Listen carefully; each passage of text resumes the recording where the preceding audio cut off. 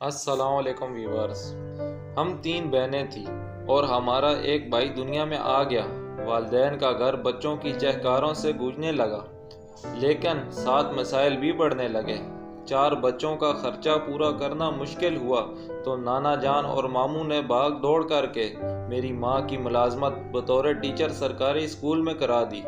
میری ماں گریجویٹ تھی، تب حالات میں کچھ بہتری آ گئی۔ شروع میں چچا جان کا کنبہ اور ہم ایک گھر میں رہائش کرتے تھے۔ ان کے حالات اچھے ہو گئے تو انہوں نے علیحدہ گھر لے لیا۔ البتہ ضرورت کے وقت چچا ہماری کچھ نہ کچھ مدد کرتے رہتے تھے۔ والد صاحب ایک دن گھر واپس لوٹ رہے تھے، اچانک سائیکل کے پیچھے سے ایک تیز رفتار موٹر نے کچھ اس طرح ٹکر ماری کہ وہ اڑ کر دور جا گرے اور پکی سڑک پر گرنے کی وجہ سے سر میں شدید چوٹ آئی، بلکہ ٹانگ بھی ٹوٹ گئی۔ اس وقت سڑک پر کوئی نہ تھا، لہٰذا موٹر والا ٹکر مار کر یہ جا وہ جا معلوم ہوا کسی نے ٹکر ماری ہے۔ کچھ دیر بعد ایک ویگن وہاں سے گزری۔ اس کے بعد ڈرائیوروں نے والد صاحب کو اپنی ویگن میں ڈالا اور ہسپتال لے آئے۔ ابا کی جان تو بچ گئی، لیکن کافی عرصے ہسپتال میں پڑے رہے۔ سر کی چوٹ کے باعث اب وہ اپنے فرائض صحیح طور پر انجام نہ دے سکے اور سائیکل چلانے کے بھی قابل نہیں رہے تھے، جبکہ گھر گھر ڈاکی تقسیم کے لیے انہیں سائیکل کی ضرورت تھی۔ یوں مجبور ہو کر وہ گھر بیٹھ گئے اور گھر کے تمام اخراجات کا بوجھ میری باہمت ماں پر آ پڑا، جس نے اسکول میں پڑھانے کے بعد گھر پر ٹیوشن کا سلسلہ بھی شروع کر دیا۔ ہمارے گھر کے قریب اشرف کا گھر تھا۔ ان کی دکان صدر بازار میں تھی۔ وہ خوشحال لوگ تھے۔ ان کے 5 بچے، تیسری اولاد بیٹی تھی جو میری ہم عمر تھی اور ہم شمائلہ اس کا نام تھا۔ میری شمائلہ سے دوستی تھی۔ ہم ایک ہی محلے میں رہتے تھے۔ ہمارے آنگن میں کھیلتے اس کا بچپن بیتا تھا۔ ایک دن ہم اکٹھے اسکول سے گھر واپس آ رہی تھی کہ اس نے مجھے بتایا، روبینہ میں کل سے اسکول نہیں آؤں گی۔ میں نے پوچھا کیوں؟ کل ہی تو تمہارا رزلٹ آیا ہے، کیا تم آگے نہیں پڑھو گی؟ بولی آگے بڑھنا تو چاہتی ہوں، لیکن والد صاحب منع کر رہے ہیں۔ کہتے ہیں کہ تمہارے 8ویں کلاس میں اچھے نمبر نہیں آئے تو آگے میٹرک کیا کرو گی؟ تم فیل ہو جاؤ گی، لہٰذا بہتری یہی ہے کہ گھر بیٹھ کر اپنی والدہ کا کام میں ہاتھ بٹایا کرو۔ یہ کہہ کر وہ رونے لگی۔ تبھی میں نے کہا، رو مت شمائلہ، میں امی سے بات کروں گی، وہ ضرور تمہارے والد کو سمجھائیں گی کہ تمہیں اسکول سے نہ نکالیں۔ ہماری جب چھٹی ہوتی ہم گھر پر روانہ ہو جاتی، جبکہ میری والدہ چھٹی کے بعد کچھ دیر میڈم کے ساتھ ان کے آفس میں رکی رہتی اور کچھ دفتری امور نمٹانے کے بعد گھر آتی تھی۔ جب والدہ گھر آئی، میں نے ان کو بتایا کہ شمائلہ کل سے اسکول نہ آنے کا کہہ رہی ہے اور سبب بھی بتا دیا۔ امی شام کو ان کے گھر گئی اور اس کے والد سے بات کی، کہا کہ اسے اچھے نمبروں سے پاس کروانے کی میں گارنٹی لیتی ہوں۔ بیٹی کو اسکول جانے سے مت روکیے، بلکہ روز شام کو اسے میرے پاس ٹیوشن کے لیے بھجوا دیا کریں۔ چند دنوں میں ہی یہ پڑھائی میں اچھی ہو جائے گی۔ والدہ کی بات چچا اشرف نے مان لی اور شمائلہ روز شام کو ٹیوشن پڑھنے آنے لگی۔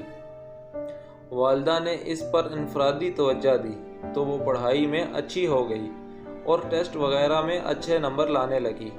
اسے ٹیوشن آتے 2 ماہ ہوئے تھے کہ میں نے محسوس کیا کہ میرا بھائی عامر ٹیوشن ٹائم میں گھر پر رہنے کی کوشش کرتا ہے۔ حالانکہ پہلے وہ دوستوں کے ساتھ کرکٹ کھیلنے جایا کرتا تھا اور کرکٹ کا اچھا کھلاڑی تھا۔ اب اگر دوست بھی بلانے آتے تو کہہ دیتا، میں کھیلنے نہیں آ رہا، تم لوگ کھیلو۔ میرے گھٹنے میں تکلیف ہے۔ گھٹنے میں تکلیف تو ایک بہانہ تھا، اصل وجہ شمائلہ تھی۔ وہ اس سے گھر میں بات نہیں کرتا تھا کیونکہ امی کی اجازت نہ تھی۔ ان کا حکم تھا، جس کمرے میں لڑکیاں ٹیوشن پڑھتی ہیں وہاں لڑکے نہیں آئیں گے۔ عامر کی کوشش ہوتی کہ وہ کسی طرح آتے جاتے ایک جھلک شمائلہ کو دیکھ لے۔ ایک دن اسکول نہ گئی، وہ چھٹی کے بعد گھر لوٹ رہی تھی کہ عامر کو وہ راستے میں مل گئی۔ اس نے اسے روک کر بات کرنے کی کوشش کی، کہا کہ جب ہم چھوٹے تھے تو ایک ساتھ کھیلتے تھے اور اب منہ سے بات تو کجا میری طرف دیکھتی بھی نہیں ہو، کیا مجھ سے کوئی ناراضگی ہے؟ وہ کہنے لگی، ناراضگی کس بات کی؟ تمہاری امی سے ڈرتی ہوں، وہ ہماری میڈم ہے، اگر انہوں نے تم سے بات کرتے دیکھ لیا تو مجھے ٹیوشن پڑھنا بند کر دے گی۔ اس طرح میرا بہت نقصان ہو جائے گا۔ گھر سے باہر تو بات کر سکتی ہوں، عامر نے اصرار کیا۔ مجھ سے بات کر کے تمہیں کیا ملے گا؟ کچھ نہیں، بس ویسے ہی تم مجھے اچھی لگتی ہو۔ شمائلہ نے اس بات کا کوئی جواب نہ دیا، سر جھکا کر چلی گئی۔ ان کا گھر زیادہ دور نہ تھا اور شمائلہ کا ایک بھائی میری بھائی عامر کا دوست تھا۔ ایک یہ بھی وجہ تھی کہ وہ بھائی سے راستے میں ٹھہر کر بات کرنے سے کتراتی تھی۔ ڈر تھا کہ اس کے بھائی والد نے دیکھ لیا تو خیر نہ ہوگی۔ انہی دنوں میں امی کو ٹریننگ کی خاطر اسکول کی طرف سے چند ہفتوں کے لیے لاہور بھیج دیا گیا اور ان کی جگہ میری بڑی بہن مبینہ باجی بچیوں کو ٹیوشن پڑھانے لگی۔ باجی نے FA تک پڑھا تھا اور اب پرائیویٹ طور پر بھی AA تیاری کر رہی تھی۔ شمائلہ ان سے پڑھنے لگی۔ باجی سے میرے بھائی کو اتنا ڈر نہیں لگتا تھا، لہٰذا موقع نکال کر وہ گھر پر شمائلہ سے کسی نہ کسی بہانے بات کر لیا کرتا تھا۔ باجی اس کو منع کرتی مگر زیادہ سختی سے نہیں کر سکتی تھی کہ شور شرابے سے بڑے بھائی محبوب یا پھر والد صاحب سن لیں گے تو پھر گھر میں پریشانی کھڑی ہو جائے گی۔ سوچا چند دنوں بعد امی آ جائے گی تو ماحول آج خود پہلے جیسا ہو جائے گا۔ شمائلہ جو پہلے سنجیدہ اور باوقار سی لڑکی تھی اب تو ہر وقت ہنستی رہتی تھی۔ دراصل یہ دونوں نادان چپکے اپنی معصوم محبت کو پروان چڑھا رہے تھے اور گھر سے باہر بھی جب موقع ملتا تو قریبی پارک میں جا کر وہ میرے بھائی سے ملتی تھی۔ ایسا اس وقت کرتی جب کہ ماں دوپہر کو سو جاتی، والد اور بڑے بھائی گھر پر موجود نہ ہوتے۔ اس نے چھوٹی بہن کو رازدار بنا لیا تھا۔ اس بات کا دھیان رکھتی تھی کہ گھر میں والد یا بھائی آ جائیں تو وہ دوڑ کر شمائلہ کو باخبر کر دے۔ ہمارے گھر کے قریب ایک آموں کا باغ تھا، اکثر لڑکیاں کیریاں چننے باغ میں چلی جاتی تھی۔ شمائلہ بھی سوچتی کہ اگر اس کی ماں کو علم بھی ہو گیا تو کہہ دے گی کہ باغ میں کیریاں لینے گئی تھی، لیکن ایسی نوبت نہ آئی۔ کافی دنوں تک کسی کو علم نہ ہو سکا کہ یہ دونوں باغ میں ملتے ہیں۔ باغ کا رکھوالا ایک بوڑھا آدمی تھا جو محلے کے بچوں کو پہچانتا تھا، تبھی وہ انہیں زمین پر گری ہوئی کیریاں اٹھانے سے منع نہیں کرتا تھا۔ اب شمائلہ پڑھائی میں اتنی اچھی ہو گئی کہ پوزیشن لے گی۔ وہ پوری توجہ سے پڑھنے لگی تھی تاکہ والدین اسے ہمارے گھر ٹیوشن کے لیے بھیجتے رہیں۔ اس کے لیے یہ ٹیوشن نیک فعل ثابت کیا گیا تھا، لیکن عامر کا دھیان پڑھائی سے ہٹ گیا۔ وہ سارا وقت شمائلہ کے خیالوں میں کھویا رہنے لگا، گھر سے باہر گلی میں پھرنے لگا کہ کب شمائلہ کو موقع ملے اور وہ آموں کے باغ میں آئے۔ ان دنوں ہمارے شہر میں فون کی سہولت تو تھی نہیں، بس لڑکے اور لڑکیاں موقع کے انتظار میں وقت کو برباد کیا کرتے تھے۔ چھٹی کے وقت جب ہم دونوں اسکول سے اکٹھی نکلتی تب عامر ہمارے راستے میں نظر نہ آتا، کیونکہ اسے خوف تھا کہ اگر میں نے اس شمائلہ کی طرف متوجہ دیکھ لیا تو کہیں امی سے شکایت نہ کر دے۔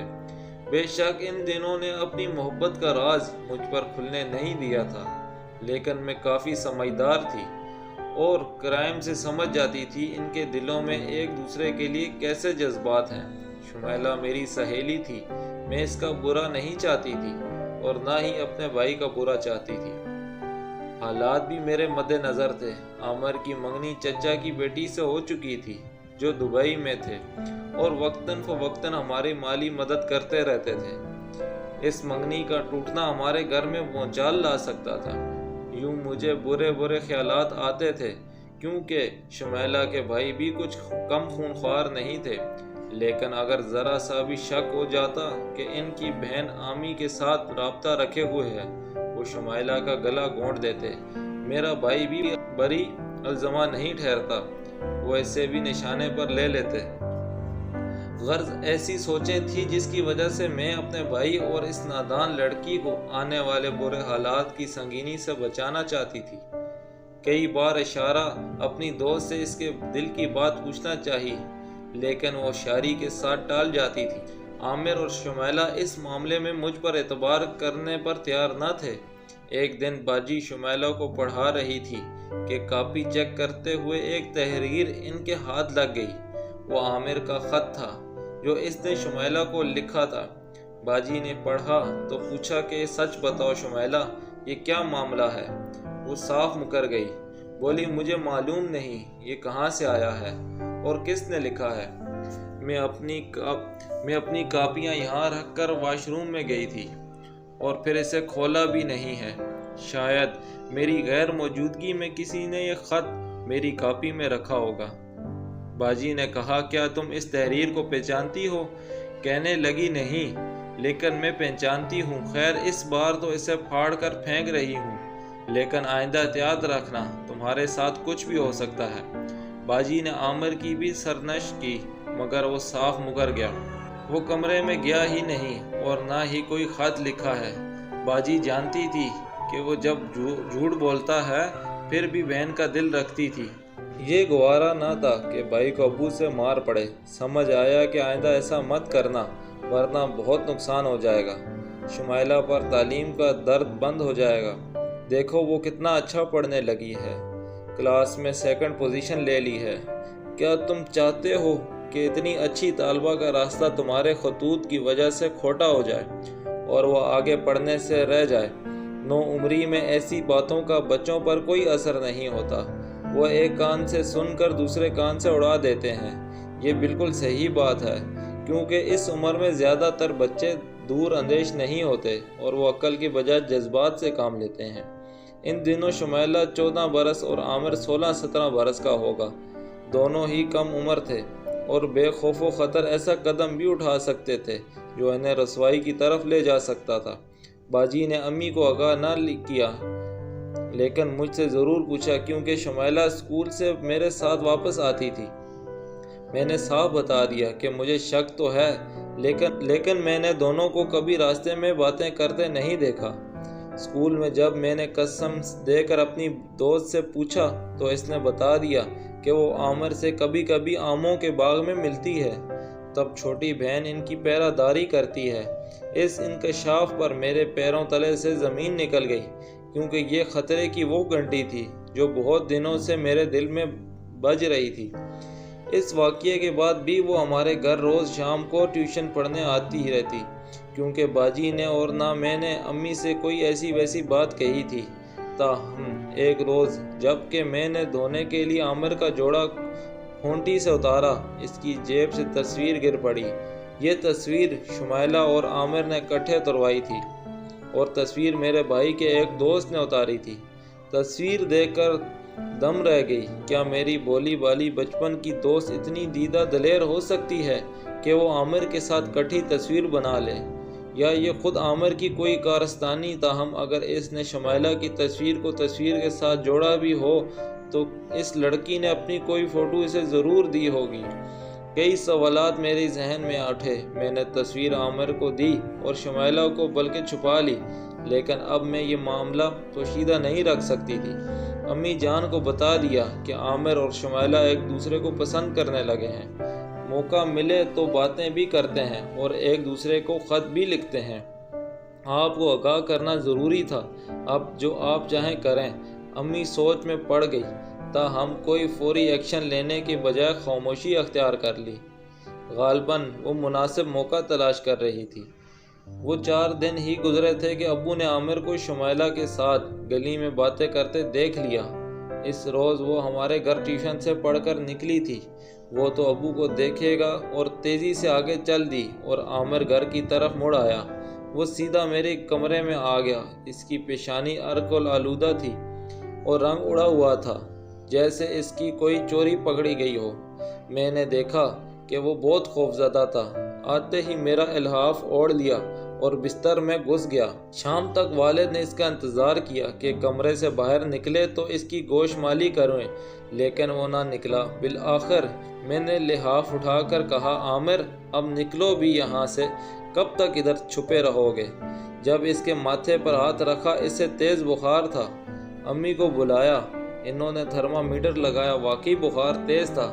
وہ ابو کے پاس گئی، بتایا کہ عامر بخار میں تپ رہا ہے، اسے ڈاکٹر کو دکھائیے یا دوا وغیرہ لا کر دیجیے۔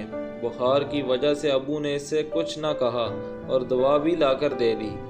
2 دن بعد جب وہ ٹھیک ہو گیا اور بخار اتر گیا تو والد نے اسے بلا کر کہا کہ میں ایسی ماں تیری شادی ماں نور سے کرا رہا ہوں، تمہارے چچا کو خط لکھ دیا ہے، وہ جلدی پہنچ جائیں گے۔ امی نے سنا تو بولی یہ کیا غضب کر رہی ہو، اسے پڑھائی تو مکمل کرنے دو، ابھی اس کی شادی کی عمر کہاں ہے، تو پھر ایسے کرتوت چھوڑ دے جن کی وجہ سے ہمارا محلے میں رہنا دوبر ہو جائے۔ تم جانتی نہیں اشرف کی لڑکی سے گلی میں باتیں کر رہا تھا، میں نے خود دیکھا ہے، اور تم بھی اب اس لڑکی کا گھر میں آنا جانا بند کر دو، ورنہ اس کے بھائی کسی دن ہم پر دھاوا بول دیں گے۔ والد صاحب کا خوف بجا تھا، ایک تو وہ معذور تھے، اوپر سے غربت جکڑے ہوئے تھی، جبکہ وہ خوشحال لوگ تھے۔ ان کی طاقت اور اثر و رسوخ بھی ہم سے زیادہ تھا۔ جو باتیں بڑوں کے شعور میں ہوتی ہیں نادان عمر کے بچے ان کو نہیں سمجھتے، لیکن ان کے خواب ان کے لیے زیادہ اہم ہوتے ہیں۔ بار بار تنبیہ کے باوجود دونوں نے ایک دوسرے کا ساتھ نہ چھوڑا، البتہ وہ قدر محتاط اور ہوشیار ہو گئے۔ والد بھی خاموش ہو بیٹھے کہ بیٹے کے سوائے سمجھانے کے کیا کر سکتے ہیں۔ ایک دن شمیلہ کی لڑائی اس کی چھوٹی بہن نبیلہ سے ہو گئی۔ اس نے غصے میں اپنے بڑے بھائی کو بتا دیا کہ شمیلہ عامر سے باتیں کرتی ہے۔ اس کے بھائی کو یقین نہیں آ رہا تھا کہ اس کا دوست اس کے ساتھ دھوکہ کر سکتا ہے۔ بہن جس کو وہ بے حد معصوم سمجھتا تھا، کسی محلے کے لڑکے سے تعلق رکھتی ہے۔ نبیلہ سے کہا، یاد رکھ اگر تو نے غصے میں بڑی بہن پر بہتان لگایا ہے تو میں تیرا خون پی جاؤں گا، اور اگر یہ بات سچ نکلی تو شمیلہ کو جان سے مار دوں گا۔ یہ دیکھ کر بچی ڈر گئی اور بولی، بھائی باجی کی کتاب گلی میں گر گئی تھی، پیچھے عامر آ رہا تھا، اس نے آواز دے کر کہا تھا شمیلہ رکو، تمہاری کتاب گر گئی ہے، میں نے اپنے دروازے سے اتنا دیکھا تھا۔ اس طرح نبیلہ نے بھائی کی ڈانٹ سہ لی، مگر جھوٹ بول کر ایک قیامت کو آنے سے روک دیا۔ جب گھر کا ماحول سخت ہوا تو چھوٹے بچے بھی سیانے ہو جاتے ہیں۔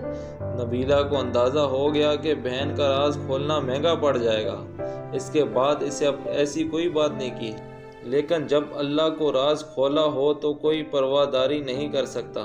میٹرک کے امتحان نزدیک تھے، اب اس کا بھائی خود شمیلہ کو اسکول چھوڑنے اور لانے جاتا تھا، اور ہمارے گھر بھی اس کا آنا جانا بند ہو چکا تھا۔ آخری پرچے کے فوراً بعد اس کی شادی کی تاریخ رکھ دی گئی۔ وہ بہت پریشان تھی، مگر اس کی کس نے سننی تھی۔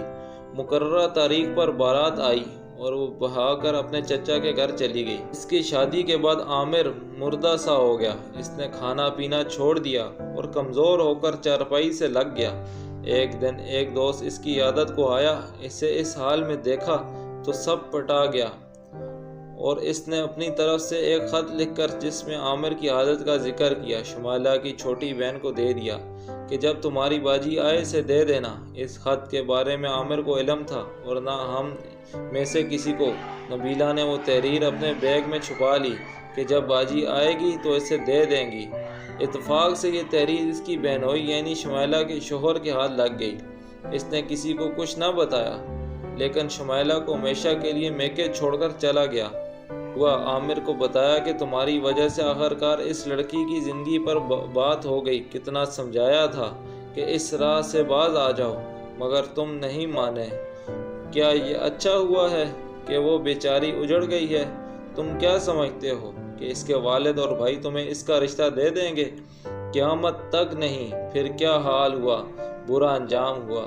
نہ تمہاری غفلت کا، میری لعنت ملامت کا عامر اور ایسا اثر ہوا کہ رات کو اس نے خواب آور گولیاں پھینک کر پھر اسے صبح دیکھنی بھی نصیب نہ ہو سکی۔ ہم آج تک اپنے جوان سال بھائی کی ناگہانی موت کا ماتم کرنے کو ہی رہے ہیں۔ شمیلہ اس کو بھی مرادوں کے پھول نہ ملے، شوہر نے دوسری شادی کر لی اور وہ اس کی لوٹ آنے کے انتظار میں بابل کے گھر میں